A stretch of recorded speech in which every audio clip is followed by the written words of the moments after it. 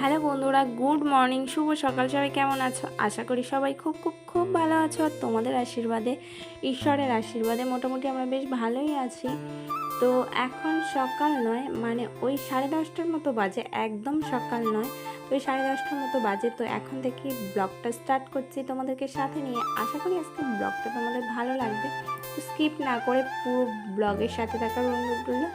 তো তোমরা তাহলে পুরোটা দেখতে থাকো। তো দেখো, সকাল সকাল উঠে পড়েছি আর মায়ের হাতে হাতে বেশ কিছুটা কাজ মানে করলাম। আর তারপরে এই দেখো, আমি এখন মাছ কাটতে বসেছি। মানে ওই যতটা যা করা যায় হাতে হাতে কিছুটা কাজ করলাম। আর তারপরে এখন আমি চিংড়ি মাছ কাটতে বসেছি মায়ের সাথে নয়, আমি একাই বসেছি কাটতে।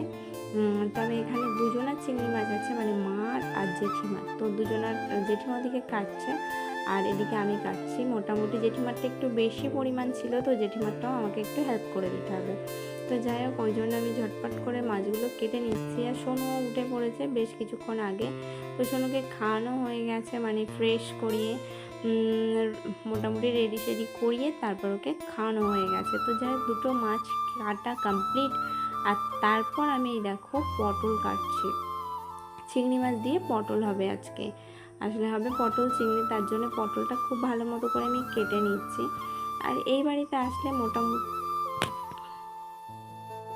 তো পটলটাই কেটে নিচ্ছে। তোমরা তো জানো, এই বাড়িতে থাকলে মানে সেইভাবে কখনো আমার পুরোপুরি ব্লগ বানানো হয়নি, তো সেই জন্য হয়তো ততটা ভালো তোমরা জানো না। তো মোটামুটি এই বাড়িতে থাকলে খুব বেশি আমাকে কিছু করতে হয় না।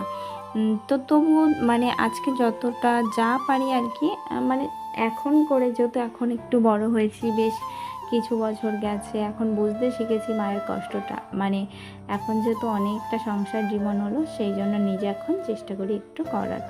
তো যাই হোক, ওইগুলো কেটে কমপ্লিট, ধুয়ে টুয়ে সব কমপ্লিট করে দিয়েছিলাম। আর মা এদিকে রান্না বসিয়েছে, ওদিকে ভাত বসিয়েছে। আর এদিকে এই দেখো পেঁয়াজ টমেটো দিয়ে কষানো শুরু করেছে পটল চিংড়ির জন্য। পটলটা আগেই ভাজানো হয়ে গেছে, ওই জন্য কড়াটা এরকম লাগছে, মানে একদম পরিষ্কার কড়াতে এটা দেওয়া নাই। মানে যেহেতু আগে পটলটা ভাজা হয়ে গেছে, তো সেই জন্যে একটু অন্যরকম লাগছে আর কি। তো তারপরে এই দেখো পেঁয়াজ টমেটো ভাজা হওয়ার পর এখানে হলুদ দেওয়া হয়ে গেছে, আর লবণটাও আগে দেওয়া হয়ে গেছিলো। তো এখন দেওয়া হলো চিংড়ি মাছটা দিয়ে খুব ভালো মতো করে একটু ভেজে নেওয়া হচ্ছে। আচ্ছা, আমি না এইভাবে কখনোই করিনি, আজকে আমি মাকে দেখলাম এইভাবে করতে। তো আমি ফার্স্টে ভাবছিলাম যে কেমন হবে বুঝতে পারছিলাম না। তো যাই হোক, এটা কিন্তু টেস্টটা দারুণ সুন্দর। আর মাছটা একদমই মানে কি বলবো, ওই অনেক সময় হয় না চিংড়ি মাছ একটু শক্ত টাইপের হয়ে যায়, তো এইখানে কিন্তু সেরকম শক্ত হওয়ার ব্যাপারটা নেই। মানে যেমন চিংড়ি মাছটা খুব সুন্দর আর কি থাকে। তো তারপরে আলু দিয়ে বেশ কিছুক্ষণ কষানো হয়ে গেছে। আর এখন পটলটা দিয়ে ঢেলে দিয়ে আবার বেশ কিছুক্ষণ কষিয়ে নেব। আচ্ছা, আমি যখন বললাম পেঁয়াজ টমেটো দেওয়া ছিল, ওর মধ্যে কিন্তু আদা রসুনটাও দেওয়া ছিল, সেটা তোমাদেরকে আমি বলতে পারিনি, ভুলে গেছিলাম। তবে সব কিছু বেশ ভালো করে কষিয়েই দেখো জল দিয়ে দিয়েছে পরিমাণ মতো। তো পরিমাণ মতো জল দিয়ে জলটা দেখো ফুটে এসছে। আর এখন আমি এই মশলা বাটাটা কিন্তু আমিই দিচ্ছি, কারণ মধ্যিখানে আমাকে বসিয়ে দিয়েছিল মা, যে একটুখানি বসে আমাকে সব কিছু দেখে নিতে বলছিল। তো এই যে দেখো ফুটে এসছে, মানে মশলাটা দিয়ে এবার বেশ একটুখানি ফুটিয়ে নিলেই তরকারিটা মোটামুটি রেডি হয়ে যাবে। একটু ঝোল ঝোল রাখা হবে, যেহেতু আমরা বাড়িতে খাবো, মানে যেমন হয় পটল চিংড়ি একদম মাখা মাখা, তো ওরকমটা আর কি হবে না। তো যাই হোক, এই দেখো তরকারিটা প্রায় রেডি। তো তরকারিটা প্রায় রেডি। এবার আরেকটা আইটেম বসানো হবে, সেটা হচ্ছে ওই উচ্ছে দিয়ে আলু দিয়ে আর একটা কাঁচকলা দেওয়া আছে, আর মানে বড়ি দিয়ে একটু তেতো টাইপের বানানো হবে। আর এদিকে এই মশলাটা একবারেই করে রাখা হয়েছিল। এই যে বড়িটাকে এখন ভেজে নেব, তারপরে তরকারিটা বসিয়ে দেবো। কিছুই নয়, একটু পাঁচফোড়ন একটু কাঁচা লঙ্কা দিয়ে আর কি করবো। তো এই হচ্ছে ব্যাপার। তো বড়ি আমার ভেজে ওদিকে তোলা হয়ে গেছে। আর এদিকে দেখো ফোড়নে দিয়ে দিলাম জিরে আর মৌরি ফোড়ন। তারপরে এই যে সবজিটা দিয়ে এই সবজিটাকে কষিয়ে নিচ্ছি। তো চলো, এদিকে তাহলে মোটামুটি রান্নাটা হতে হতে আমি তারপর হ্যালো বন্ধুরা, গুড আফটারনুন। সবাই কেমন আছে? আশা করি সবাই খুব খুব খুব ভালো আছে, আর আমরাও খুব ভালোই আছি। তো আমি আছি এই বাড়িতে, তো তার পেছনে কিছু কারণ আছে, তো সেটা তোমরা অবশ্যই আমি যে ভিডিওটা আজকে পোস্ট করব তার মধ্যে দেখতে পাবে। মানে সরি, আজকে না, মানে আগের ভিডিওটা তোমরা দেখোছো ওটা। তো ব্যাপার হচ্ছে সেটা আমি তোমাদের সঙ্গে বলেছি কী জন্য আমি এতদিন আছি। তো এখনও আছি, আর বাড়ি ফিরবো হয়তো বুধবার নাগাদ। তো তো ভাবলাম ততদিনে ভিডিও শ্যুট করা যাক, তো তাই জন্য আবার চলে আসলাম। তো দেখো আমি সকাল সকাল সকাল নয়, অনেকটা বেলাতেই স্নান করেছি। তো স্নান তো হয়ে গেছে, আর ওদিকে রান্নাবান্নার সব জোগাড় টোগাড় করে দিয়েছিলাম। মা রান্না করলো, আমিও কিছুটা হাতে হাতে করলাম। কী কী রান্নাবান্না করেছে সব তোমরা দেখতে পেয়েছো। আর সোনুকেও স্নান করিয়ে দিয়েছি, সোনু ঘুমাচ্ছে, খাইয়ে দিয়েছি, ও ঘুমাচ্ছে, আর আমি তোমার সঙ্গে এই যে কথা বলছি।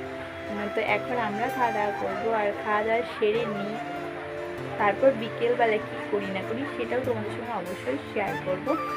আর তোমরা তাহলে সাথে থাকো, আশা করি তোমাদের ব্লগটা ভালো লাগবে। তো চলো তাহলে। তো বন্ধুরা, তোমাদের সঙ্গে তো কথা বললাম, আর তারপর চলে এসেছি এদিকে খেতে। আর দেখো ভাতের থালাটা কি সুন্দর করে সাজিয়ে দিয়েছে মা, শশা দিয়েছে, এদিকে দিয়েছে তিতো, আর এদিকে পটল চিংড়ি। তো যাই হোক, তারপর ইভিনিংয়ে আবার ফিরে আসলাম, আর এই দেখো আম নিয়ে, আম কাটা হয়েছে, আর কয়েকটা মৌসুমি লেবু কাটা হবে খাওয়ার জন্য। যদিও ফল খেতে একদম ভালোবাসি না, কিন্তু বেশ কিছুটা ফল রয়েছে, তো সেই জন্য ফল কাটা হচ্ছে। তো যাই হোক, আমি যখন কথা বলছিলাম তোমরা তখন আমার পেছনে দেখলে যে ভাঙা ঘর, কি বলে, একদম বেড়ার জানলা, কাপড় দিয়ে পর্দা বানানো। যাই হোক, এই ভাঙা মানে কুঁড়ে ঘরেই কিন্তু সুখ আছে, মানে বাবার বাড়ি কুঁড়ে ঘরেই কিন্তু সুখ। কিন্তু শ্বশুরবাড়িতে সত্যি বলতে যদি রাজপ্রাসাদ অট্টালিকা থাকে তাতেও কিন্তু সেই সুখটা পাওয়া যায় না যেটা বাবার বাড়িতে পাওয়া যায়। মানে রাজপ্রাসাদের চেয়েও কিন্তু ওই কুঁড়ে ঘরটাই সব থেকে মানসিক শান্তির জায়গা।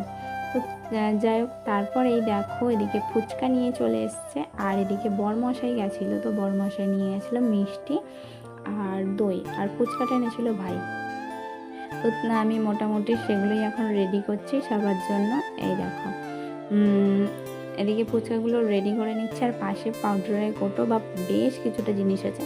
যেহেতু আমি ভাইয়ের ছোট্ট একটা কারখানা আছে, তো সেই কারখানার মধ্যে, তো সেই জন্যই মূলত এত কিছু জিনিস। তো সেটা অবশ্যই তোমাদের পরে ব্লগে শেয়ার করব। তো চলো তাহলে আজকের ভিডিওটা এই পর্যন্ত। আজকের ভিডিওটা কেমন লাগলো তোমরা অবশ্যই কমেন্ট করে জানিও, আর যদি ভালো লেগে থাকে তাহলে অবশ্যই একটা লাইক কমেন্ট করে দিও। আর কারা কারা ফুচকা ভালোবাসো অবশ্যই আমাকে কমেন্ট করো। আমি তো প্রচুর ভালোবাসি ফুচকা খেতে, মানে আমার এক্সপ্রেশন দেখে বুঝতে পারছো। তো যাই হোক, টাটা, বাই বাই।